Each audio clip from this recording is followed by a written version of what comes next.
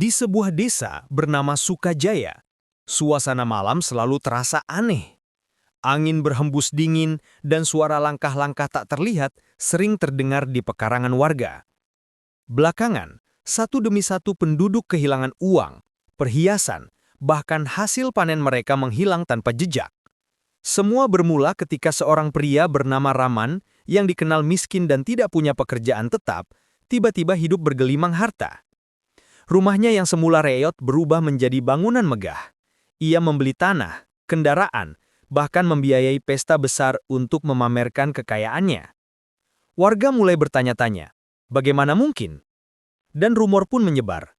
Raman melakukan pesugihan babi ngepet.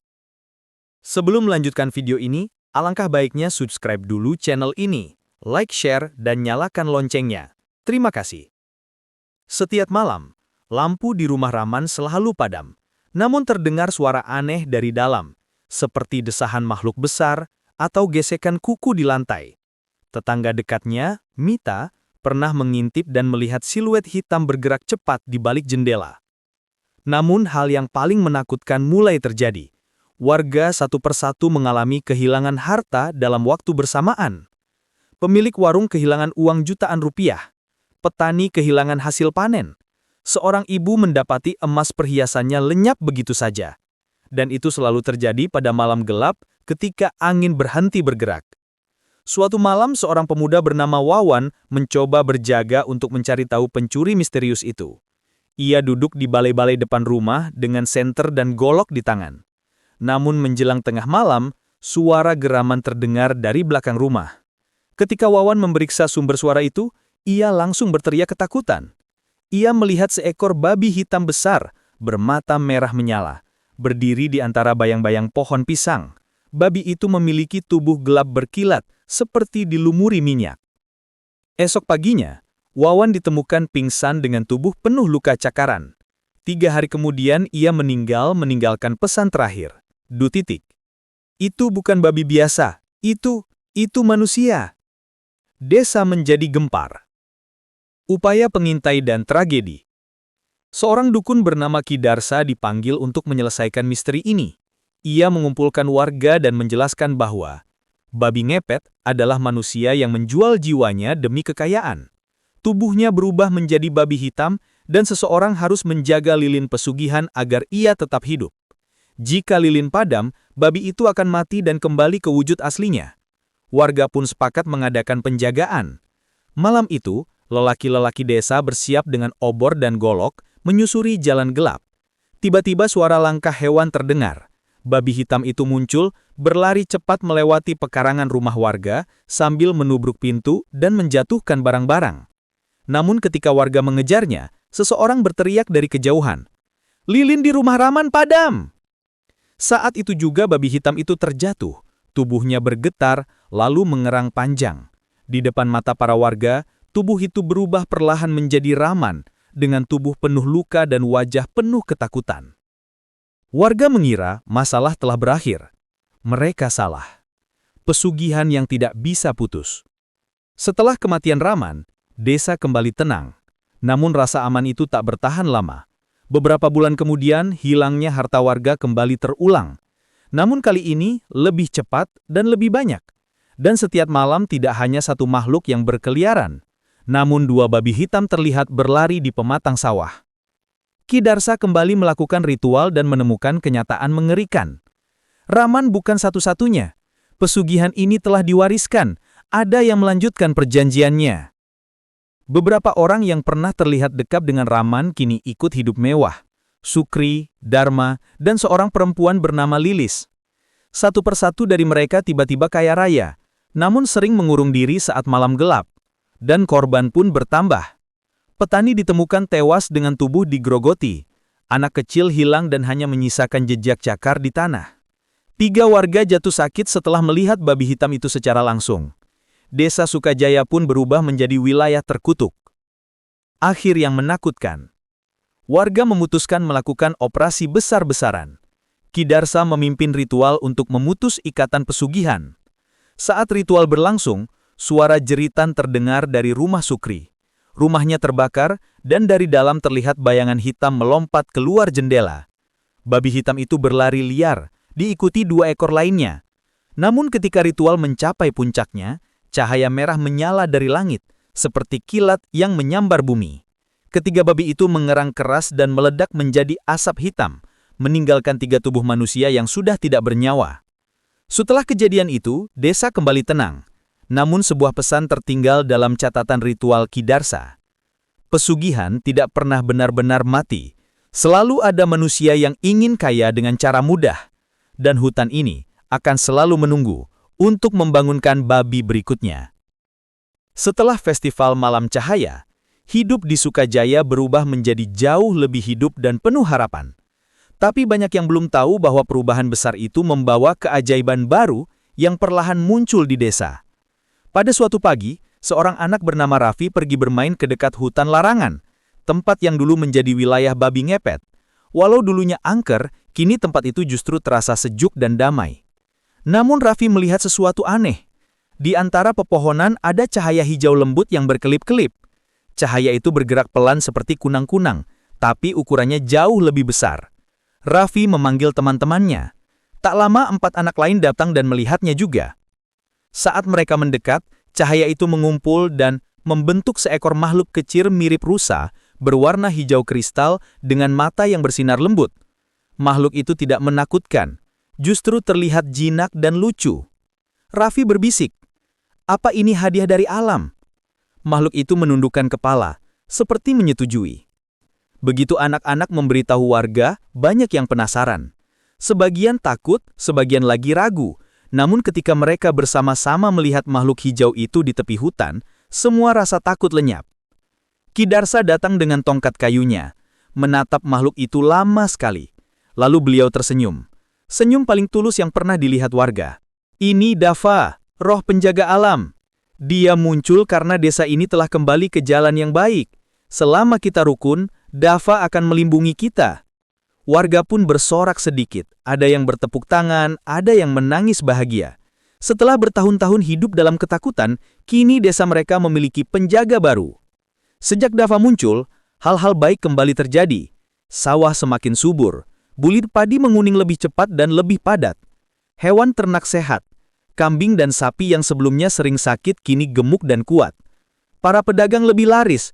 Orang-orang dari desa lain mulai berdatangan karena Sukajaya dikenal ramah dan makmur. Anak-anak lebih ceria karena Dava sering muncul malam hari seperti kunang-kunang besar, menari-nari di udara. Semua orang merasa bahwa Sukajaya seperti desa impian, tempat damai di tengah dunia yang keras. Pada suatu malam, hujan besar turun. Kilat menyambar dan angin bertiup kencang. Warga panik karena sungai di desa hampir meluap, siap menyapu ladang dan rumah. Namun, sesuatu yang luar biasa terjadi. Dava muncul di tepi sungai, tubuhnya memancarkan cahaya terang seperti bulan. Ia menghentakkan kakinya ke tanah, dan permukaan sungai tiba-tiba turun perlahan, seolah ditahan oleh kekuatan tak terlihat. Hujan terus turun, tapi banjir tidak terjadi. Warga melihat kejadian itu sambil menahan haru. Besok pagi, mereka mendirikan gapura kayu bertuliskan, "Penjaga desa, Dava, cahaya dari hutan." Desa yang tak lagi takut gelap. Hari-hari berikutnya dipenuhi tawa, doa, dan kerjasama. Warga membuat kebiasaan baru, menyalakan lentera tiap malam, menjaga kebersihan sungai, tidak memotong pohon sembarangan, menjaga saling membantu bila ada yang kesulitan. Karena mereka percaya, selama desa ini bersih dan rukun, Dava akan selalu tinggal. Anak-anak sering membuat gelang dari daun dan menggantungnya di gapura. Sebagai balasan, Dava kadang muncul dengan seikat bunga liar yang ia letakkan di tengah desa. Bahkan orang dari jauh hanya datang untuk melihat cahaya hijau itu. Sukajaya berubah menjadi desa terkenal, bukan karena pesugihan, bukan karena ketakutan, tapi karena keajaiban dan keharmonisan. Pada suatu sore, saat matahari terbenam dan langit berwarna emas, Dava berdiri di tepi desa, menatap semua warga yang tersenyum kepadanya. Kidarsa berdiri di sampingnya. "Kau datang ketika kami butuh harapan," kata Kidarsa Unbut. "Sekarang kau adalah bagian dari desa ini." Dava menundukkan kepala sekali lagi. Dalam cahaya senja, tubuhnya bersinar seperti permata kehijauan. Dan sejak hari itu, Tidak ada seorang pun di Sukajaya yang takut malam lagi, karena mereka tahu di balik pepohonan hutan ada penjaga yang selalu berjaga. Sejak kedatangan Dava, desa Sukajaya menjadi desa paling damai di seluruh kecamatan. Semua orang merasa aman, sejuk, dan penuh harapan. Namun, mereka tidak tahu bahwa sesuatu sedang berubah. Suatu pagi, Ki Darsa berjalan menuju hutan tempat Dava biasa muncul. Namun hari itu, cahaya hijau yang biasanya berkelip-kelip tidak terlihat sama sekali. Burung-burung yang biasanya berkumpul di pohon besar juga tidak ada. Ki Darsa menghela napas panjang. Mungkin waktunya sudah hampir tiba. Warga bertanya-tanya, apa maksud Ki Darsa? Apa yang akan terjadi pada Dava? Namun Ki Darsa hanya tersenyum kecil. Raffi dan teman-temannya yang paling dekat dengan Dava pergi mencari makhluk hijau itu. Mereka menyusuri bukit kecil, tepi sungai, hingga ke balik pohon besar. Akhirnya, mereka menemukan sesuatu. Jejak cahaya hijau di tanah berkilauan seperti serpihan kaca kecil. Jejak itu mengarah menuju puncak bukit di belakang desa. Dengan penuh penasaran, mereka mengikuti jejak itu. Namun semakin jauh mereka berjalan, jejak cahaya itu makin redup dan akhirnya hilang sama sekali. Raffi menahan air mata. Dava, pergi ya? Seolah menjawab, angin lembut menyapu rambut mereka, seperti belayan terakhir. Malam itu seluruh warga berkumpul di balai desa. Mereka menyalakan lentera bambu seperti saat festival dulu. Ki Darsa berdiri di depan warga dan berkata, "Sejak Dava muncul, desa ini dipenuhi ketakutan. Setelah kalian kembali rukun, Dava tidak lagi dibutuhkan. Ia bukan pergi meninggalkan kita, tapi kembali ke tempat asalnya." Warga terdiam. Ada yang sedih, ada yang tersenyum haru, ada yang meneteskan air mata. Seorang ibu bertanya, "Apa Dava akan kembali suatu hari nanti?" Ki Darsa menjawab dengan lembut, "Jika kita hidup buruk, ia tidak akan datang. Jika kita hidup baik, ia tidak perlu datang. Tapi cahayanya selalu ada." Tepat setelah Ki Darsa selesai bicara, sesuatu terjadi. Lampu-lampu lentera bambu tiba-tiba berkilau lebih terang. Angin membawa aroma bunga hutan. Dan di tengah balai desa, muncul seberkas cahaya hijau yang naik perlahan ke langit malam. Semua orang memandang dengan takjub. Cahaya itu tampak seperti Dava yang tersenyum, mengucapkan terima kasih dan selamat tinggal. Lalu cahaya itu pecah menjadi ribuan titik kecil, beterbangan seperti kunang-kunang, mengelilingi desa sebelum menghilang satu persatu. Malam itu, semua warga menangis dan tersenyum bersamaan. Hari-hari berlalu. Minggu menjadi bulan, bulan menjadi tahun.